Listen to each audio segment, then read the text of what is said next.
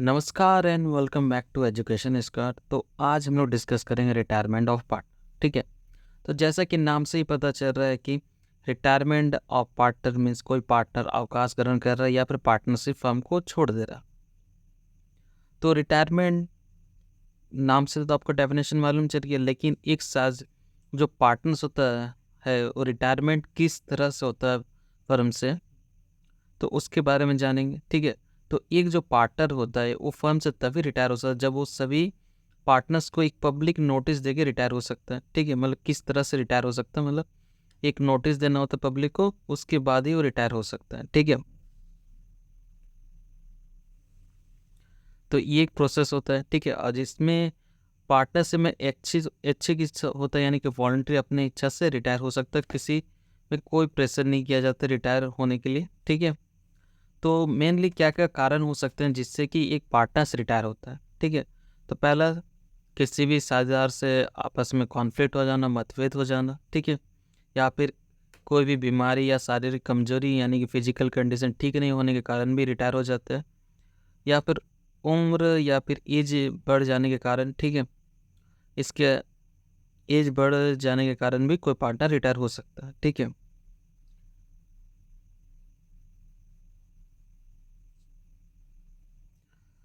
अब यहाँ पर कुछ रिस्पॉन्सिबिलिटी डिस्कस करेंगे। जो रिटायर पार्टनर होता है उसकी क्या क्या रिस्पॉन्सिबिलिटी होती है। ठीक है, तो सबसे पहले जो रिटायर हो रहा पार्टनर, तो उसके द्वारा जितने भी वर्क किए गए हैं, ठीक है, रिटायर होने से पहले तक के लिए सारा वर्क के लिए रिस्पॉन्सिबिलिटी रहेंगे। ठीक है, उसके बाद अगर कोई वर्क होता है तो उसके लिए जो रिमेनिंग पार्टनर होगा वो ये रिस्पॉन्सिबिलिटी होंगे। ठीक है, इसके अलावा जब तक पब्लिक नोटिस नहीं दिया जाता है कि मैं इस फर्म का से रिटायर कर रहा हूँ, तब तक उसे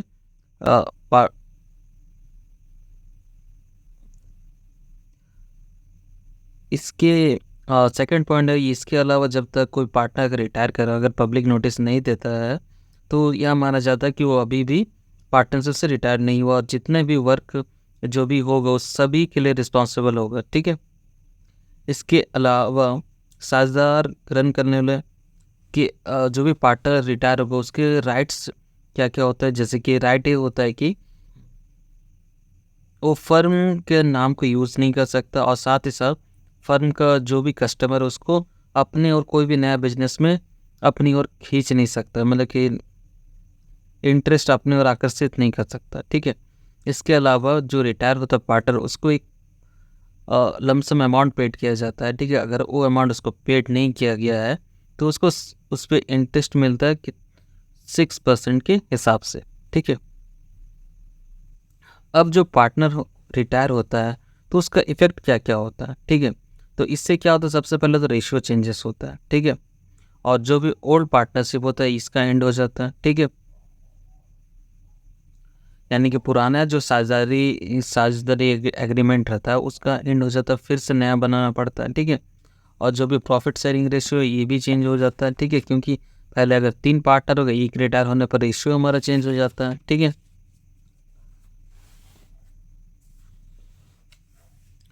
और क्या क्या होता है, रिवोल्यूशन। ठीक है, यानी कि एसेट्स एंड लायबिलिटीज का रिकॉन्स्टिट्यूशन किया जाता है। ठीक है, फर्म का ख्याति यानी कि फर्म का गुडविल का कैलकुलेशन किया जाता है, और कैलकुलेशन किया जाता है। ठीक है, और क्या होता है कि जो भी रिमेनिंग पार्टनर है उनके शेयर में इंक्रीज हो जाता है, क्योंकि जो रिटायर होता है पार्टनर्स वो अपना शेयर बाकी जो पार्टनर्स होता है उन्हें देके जाता है, जिसके कारण जो कंटिन्यू रहेंगे पार्टनर उनके प्रॉफिट शेयरिंग रेशियो इंक्रीज कर जाते हैं। ठीक है,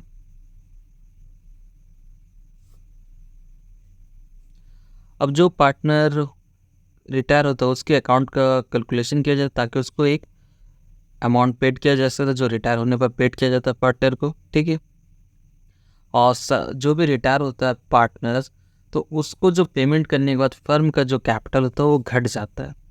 ठीक है, क्योंकि हम अमाउंट पेड कर जिससे कि फर्म का कैपिटल घट जाता है। ठीक है, अब रिटायरमेंट और पार्टनर में क्या क्या एडजस्टमेंट होने वाला है। पहला तो क्या होगा, new profit sharing ratio calculate करना होगा। ठीक है, क्योंकि जो पार्टनर अगर रिटायर होगा तो उसका शेयर तो घट जाएगा, तो हमको नया प्रॉफिट शेयरिंग रेशियो चाहिए होता है। ठीक है, आगे के बिजनेस को कंटिन्यू चलाने के लिए। ठीक है, कैलकुलेशन ऑफ गुडविल, गुडविल का कैलकुलेशन करना होता है किस रेशियो के बेस पर करेंगे, गेनिंग रेशियो के बेस पर, ठीक है। तो एडमिशन में जहाँ हम लोग सैक्रिफिक रेशियो करते हैं वहीं हम लोग रिटायरमेंट और डेथ में क्या करेंगे, गेनिंग रेशियो करेंगे, ठीक है। रिवोल्यूशन अकाउंट बनाना होता है, ठीक है। ये reserve and profit and loss से रिलेटेड प्रॉफिट को डिस्ट्रीब्यूट करना होता है बिटवीन ओल्ड पार्टनर।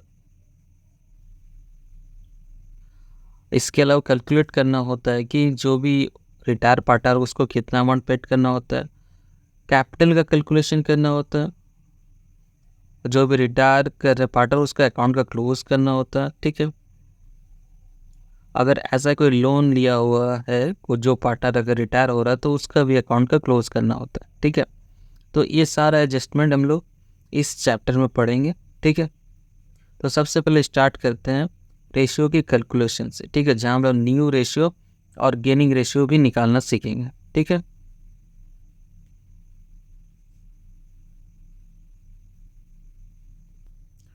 तो क्वेश्चंस करते हैं, ठीक है। तो सबसे पहले न्यू रेशियो कैलकुलेशन करना सीखेंगे। तो क्वेश्चन है A B C are partner sharing profit in the ratio of 3/6, 2/6 and 1/6 respectively, ठीक है।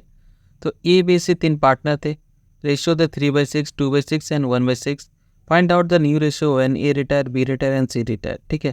तो न्यू रेशियो निकालने बोला जब ए रिटायर होगा, बी रिटायर होगा एंड सी रिटायर होगा, ठीक है। तो पार्टनरशिप का क्वेश्चन है, सबसे पहले हम पार्टनर्स का नाम लिख लेते हैं, ठीक है। ए बी एंड सी, ठीक है। तो रेशियो 3/6, 2/6 एंड 1/6। तो कैंसिल कर देते हैं 3, 2, 1। ये था ओल्ड रेशियो, ठीक है। अब कंडीशन हिसाब से सॉल्व करेंगे। सबसे पहले हमारा कंडीशन क्या दिया था, ए रिटायर होगा तो हमारा न्यू रेशियो क्या होगा, ठीक है। तो ए रिटायर होने पर बी एंड सी का न्यू रेशियो होगा 2:1, ठीक है। तो हमको क्या करना है कि इसमें जो रिटायर होगा उस पार्टनर का शेयर को इसमें से हटा देना है, ठीक है। उसी तरह अगर बी रिटायर होता है तो हमें क्या करना है, बी का शेयर को हटा देना है। ई और सी का 3:1 न्यू रेशियो। सेम इसी तरह सी नंबर का भी सी रिटायर जब होगा तो सी के शेयर को हमें हटा देना 3:2 इज ए न्यू रेशियो, ठीक है। तो किसी तरह का आप लोगों को डाउट नहीं होना चाहिए, ठीक है। इसके बाद हम लोग क्या करेंगे, गेनिंग रेशियो को सॉल्व करेंगे, ठीक है। तो गेनिंग रेशियो के लिए फॉर्मूला होता है, जिस तरह सैक्रिफिक रेशियो का होता है उसी तरह गेनिंग रेशियो का भी, ठीक है। तो गेनिंग रेशियो का फॉर्मूला होता है न्यू रेशियो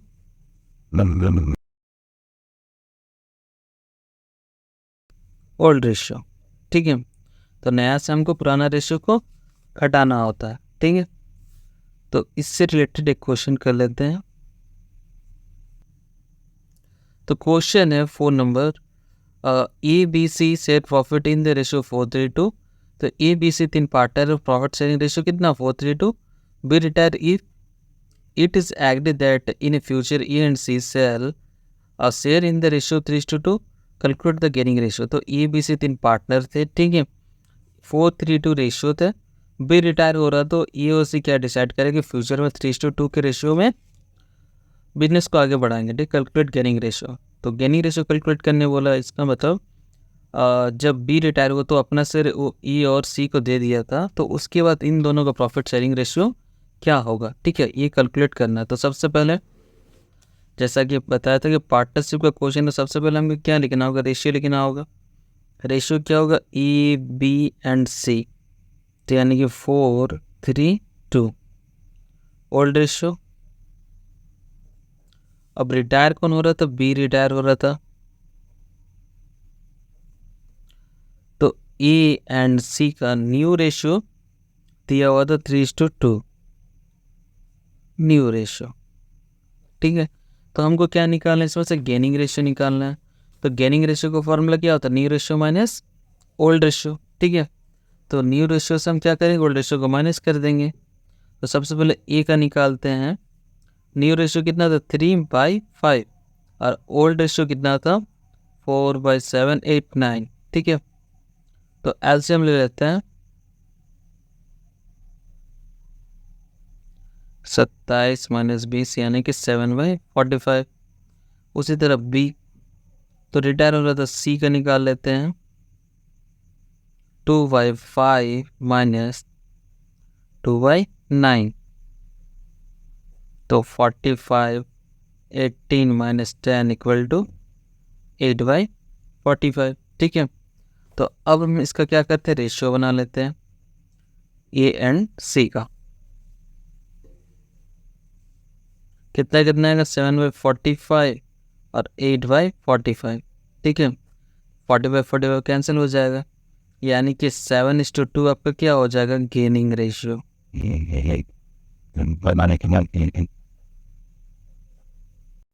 नेक्स्ट है अकाउंटिंग ट्रीटमेंट ऑफ गुडविल। तो गुडविल का ट्रीटमेंट करना है, सबसे पहले इसका एंट्री जान लेते हैं। तो एंट्री क्या होता है कि कंटिन्यू पार्टनर या remaining partner account D R to retire partner. ठीक है, तो यानी कि एंट्री क्या हो जाएगा, remaining partner account D R to retire partner. ठीक है,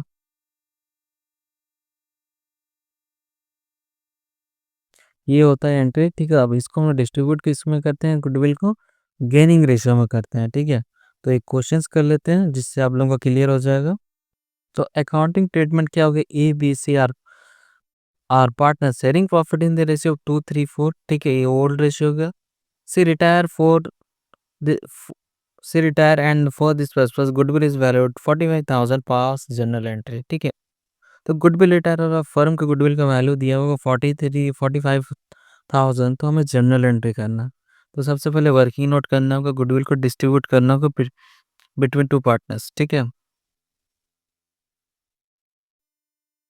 तो जैसा कि मैंने बताया था पार्टनरशिप का क्वेश्चन, तो सबसे पहले क्या लिखेंगे, पार्टनर्स का नाम। तो पार्टनर्स कौन कौन थे इसमें,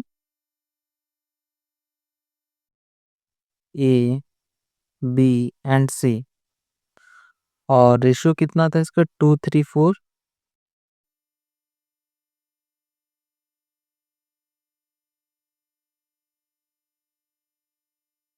और इसमें रिटायर कौन हो रहा था, सी रिटायर हो रहा था।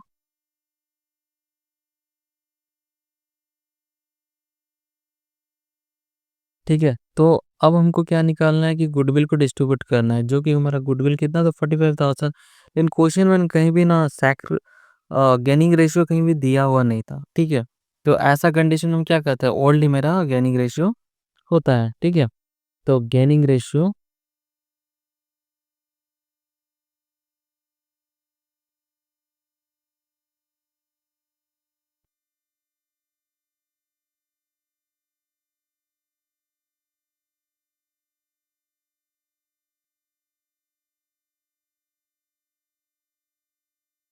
तो new ratio minus old ratio होता है। ठीक है, तो ये था उसका फॉर्मूला। ठीक है,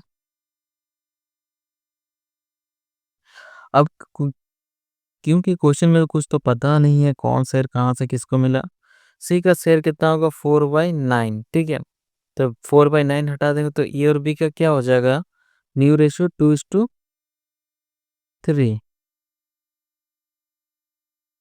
ठीक है, तो ए और बी का 2:3 हो गया न्यू रेशियो। और क्वेश्चन में क्या दिया है, फर्म का गुडविल दिया हुआ है। ठीक है, तो देखिए इस क्वेश्चन में जैसा कि अब शेयर कौन कोई तो किसी को दे रहा नहीं, साथ में नया रेशियो तो पता भी नहीं है, तो हम कैलकुलेट करने से अच्छा हम क्या करेंगे कि ओल्ड ही मेरा सैक्रिफिक रेशियो होता है। ठीक है, सॉरी गेनिंग रेशियो होता है, क्योंकि हमको ये नहीं पता है कि कौन शेयर किसको दे रहा है, तो ओल्ड ही मेरा गेनिंग रेशियो हो जाएगा। ठीक है, और अमाउंट दिया था इसका 45,000 का गुडविल का। ठीक है, तो गुडविल का जो 45,000 रुपीज़ है, ये पूरा फर्म का गुडविल है। ठीक है, तो हमको चाहिए सिर्फ एक partner, C share of goodwill.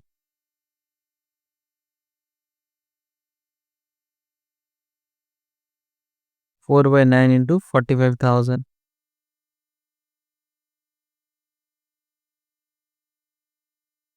तो चार बचे 20,000 रुपये, सी शेयर का गुडविल आ गया। ठीक है, तो अब इसको हम एंट्रीज में डिस्ट्रीब्यूट करेंगे। तो ए एंड बी को मिलेगा 2:3 के रेशियो में, ठीक है। तो सबसे पहले ए शेयर 20,000 टू 2/5 8,000, ठीक है। और वहीं अगर बात कर लें पी शेयर का, तो 20,000 इंटू 3/5 12,000, ठीक है। अब इसके लिए जर्नल एंट्री करने बोला गया। तो जर्नल एंट्री क्या होगा, तो कंटिन्यू पार्टनर कौन कौन थे इसमें, ए एंड बी था, तो A's capital account D R and B capital account D R to C's capital, ठीक है। तो ये होगा उसका जर्नल एंट्री, जिसमें सी के कैपिटल में 20,000 एंड ए के कैपिटल में 8,000 एंड बी के कैपिटल में 8,000 अमाउंट बैठाएंगे, ठीक है। तो ये तो होता है एडजस्टमेंट ऑफ गुडविल से रिलेटेड क्वेश्चन। और गुडविल में अपेयरिंग गुडविल हो सकता है, जिसको हम ओल्ड रेशियो में ही बांटते हैं, ठीक है। तो इसमें गुडविल से सिर्फ इसी तरह का क्वेश्चन आ सकता है, ठीक है। तो आई होप गुडविल से रिलेटेड आप कैलकुलेशन समझ गए होंगे, ठीक है। और जनरल एंट्री याद रखिए, रिमेनिंग पार्टनर अकाउंट या टू रिटायर पार्टनर, ठीक है। तो गुडविल के कैलकुलेशन के बाद अब हम लोग आते हैं revolution of assets and liabilities, ठीक है। तो इसमें भी हमको रिवोल्यूशन अकाउंट बनाना होगा, ठीक है। तो इसमें सबसे पहले हम लोग जनरल एंट्री सीखेंगे, देन हम नेक्स्ट क्वेश्चन में रिवोल्यूशन अकाउंट मतलब पार्टनर्स कैपिटल दोनों को साथ में ही बनाएंगे, ठीक है। तो क्वेश्चन है A B C were partner sharing property in the ratio 5:3 old ratio हो जाएगा। Their balance sheet as on the 31st of 2019 versus follows, तो बैलेंस शीट दिया हुआ है, ठीक है। अब नीचे condition were C retire on the above date and it was agreed that C share of goodwill was 8,000। तो C share of goodwill, C का शेयर का गुडविल कितना 8,000 रुपया, ठीक है। प्रोविजन और डाउटफुल डेब्ट्स 5%, 5% डेटर में लॉस हो रहा था, रिवोल्यूशन का debit side and salary creditor were valued at 4,000 more than the भूगल, 4,000 ज़्यादा दिखा दे सैलरी क्रेडिटर में, तो ये भी लॉस है फर्म के लिए, ठीक है। तो prepare necessary journal entry and above transaction on C retirement, ठीक है। तो जनरल एंट्री करने बोला गया है, ठीक है। तो आइए स्टार्ट करते हैं सॉल्यूशन।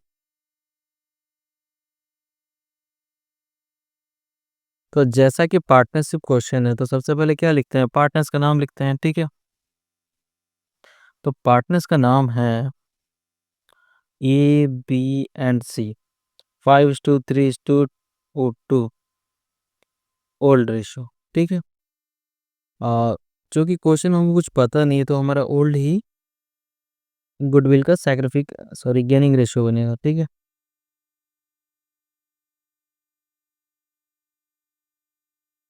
क्योंकि देखिए जो सी रिटायर हो रहा, तो इसका सिर्फ कौन पार्टनर ले रही है हमको कहीं भी पता नहीं है, तो हमारा ओल्ड रेशियो ही हमारा न्यू रेशियो बन जाएगा, ठीक है। तो सी रिटायर हो रहा था, तो बचा कौन, ए एंड सी, 5:2 आपका न्यू रेशियो। जनरल एंट्री करेंगे, ठीक है। तो उससे पहले हमको क्या करना है कि एक वर्किंग नोट करना है, प्रोविजन निकालना है, तो 5% डायरेक्ट निकाल भी सकते हैं, ठीक है। तो हम लोग डायरेक्ट क्या करते हैं, जनरल एंट्री करते हैं, जो करने बोला गया क्वेश्चन में, ठीक है। सबसे पहले हम क्या करेंगे, गुडविल के लिए एंट्री करेंगे, ठीक है। तो कंटिन्यू पार्टनर कौन कौन थे,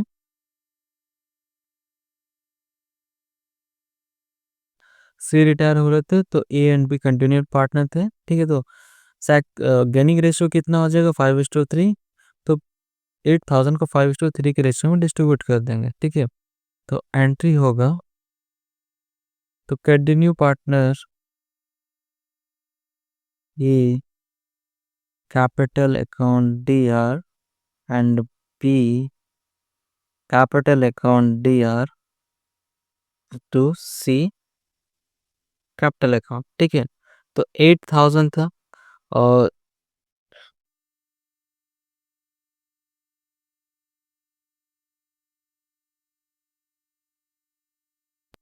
तो जिसको डिस्ट्रीब्यूट करने में 5000 एंड 3000 होगा, ठीक है।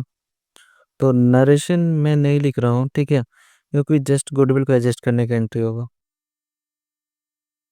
और सेकंड में क्या करेंगे, रिवोल्यूशन का एंट्री करेंगे। रिवोल्यूशन में क्या था कि डेटर का वैल्यू में डाउन जा रहा और साथ में क्रेडिटर बढ़ रहा, तो दोनों ही लॉस है, ठीक है। और दोनों लॉस का क्या होता है, रिवोल्यूशन का डेबिट साइड शो करता है। तो revolution account DR to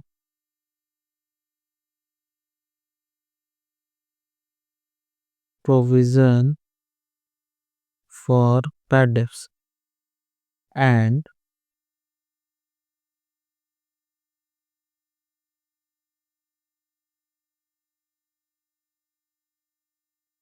salary creditor account, ठीक है।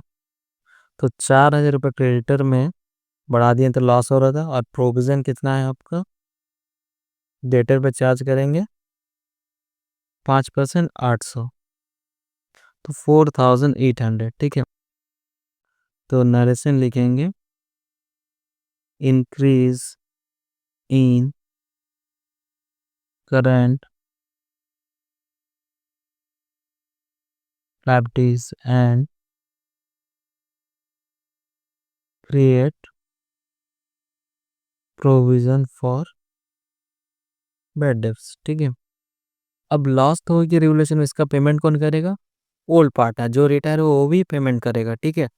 तो किस रेशो में करना होगा, ओल्ड रेशो में, यानी कि 4800 जो लॉस हो रहा है इसका पेमेंट कौन कौन करेगा, ABC तीनों का तीनों पार्टनर करेगा, ठीक है। तो इसके लिए एंट्री क्या होता है कि पार्टनर्स कैपिटल अकाउंट दिया टू रिवोल्यूशन अकाउंट, ठीक है। तो ए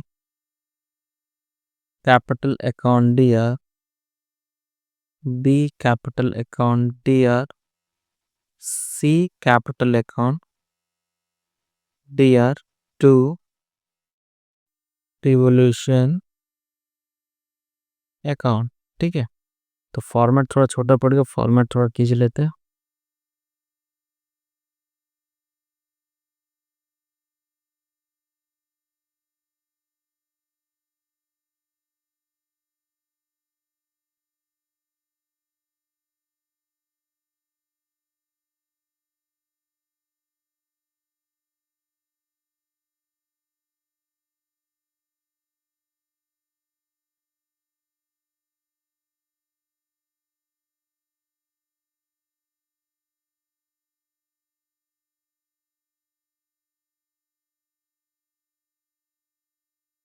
सॉरी, लॉस होगा।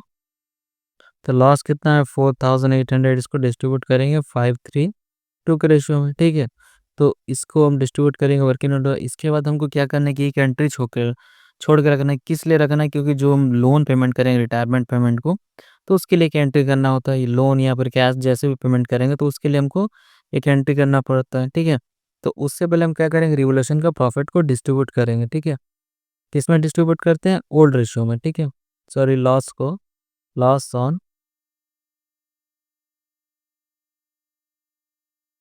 रिवोल्यूशन कितना था, 4800, ठीक है। तो E equal to 4800 into 5/10,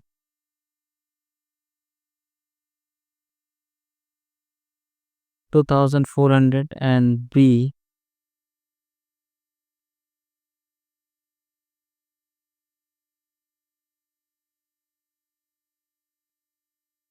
1440 and C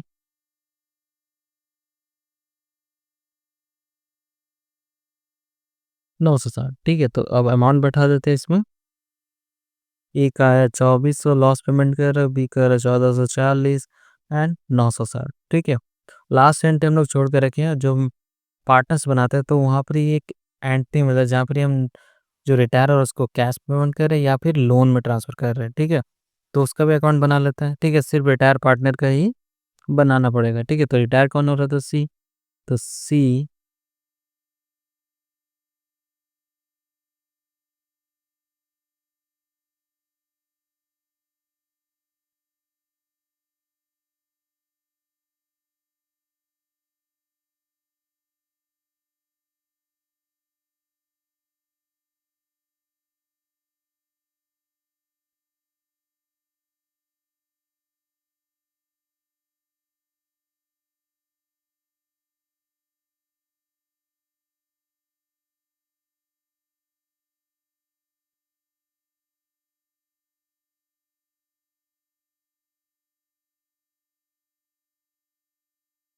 तो लॉस हो रहा है, तो लॉस, सॉरी, पार्टनर से। तो सबसे पहले क्या दिखाते हैं? सबसे पहले बैलेंस बीडी। तो बैलेंस बीडी कितना सीखा? 50,000। ठीक है। तो जहाँ जहाँ पार्टनर्स का नाम किया वहाँ वो सारा चीज़ इसमें शो करेंगे। ठीक है। तो सबसे पहले गुडविल मिल रहा था, तो इसको डायरेक्ट गुडविल शो कर दे रहे। तो गुडविल कितना मिल रहा था? 8,000 रुपीज़। ठीक है। जो कि ए और बी डिस्ट्रीब्यूट किए थे गेनिंग रेशियो में। ठीक है। और रिवोल्यूशन में लॉस हो रहा, तो लॉस को हम लोग किस साइड दिखाएंगे?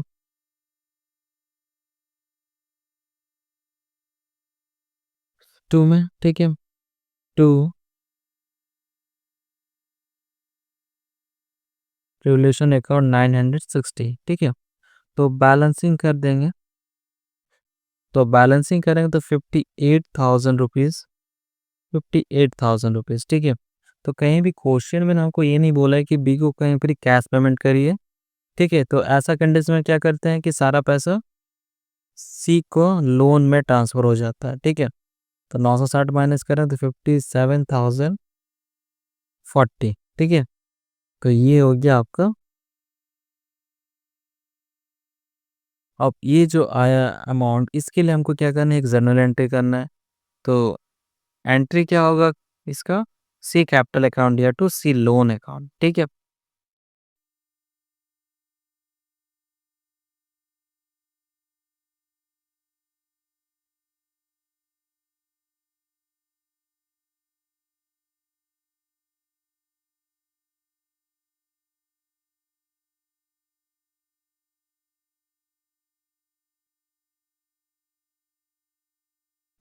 Balance amount transfer to C loan account. ठीक है। अब इसको क्लोजिंग कर देते हैं। ठीक है। तो जब भी रिटायरमेंट बनाएंगे तो एक एंट्री की जगह छोड़ के रखना होता है। ठीक है। तो तो ये था आपका जर्नल एंट्री। इसके बाद हम लोग अब क्वेश्चन कौन सा बनाएंगे जहाँ पर